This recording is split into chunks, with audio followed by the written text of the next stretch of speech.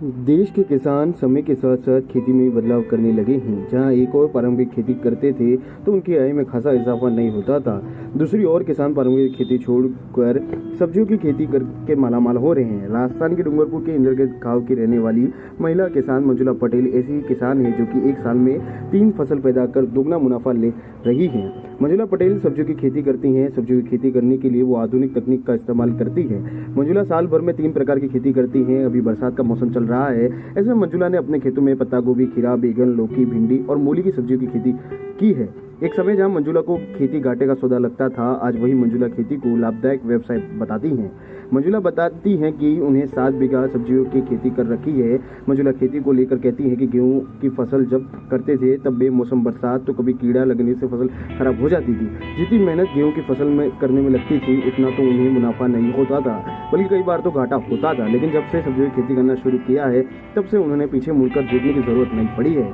जहाँ 1 बीघा खेत पर गेहूं की फसल कर मुनाफा नहीं होता था, आज वहाँ आधा बीघा में सब्जियों की खेती कर उससे डबल मुनाफा होता है।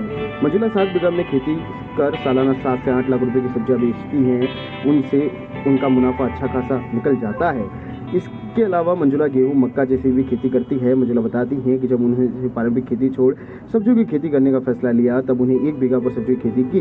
बाद में कृषि विज्ञान केंद्र यूट्यूब की सहायता से खेती कर की विधि को समझा और धीरे धीरे कर सब्जियों की खेती में इजाफा किया। आज मंजुला 7 बीघा में सब्जियों की खेती कर रही है और अपने परिवार का पालन पोषण भी कर रही है।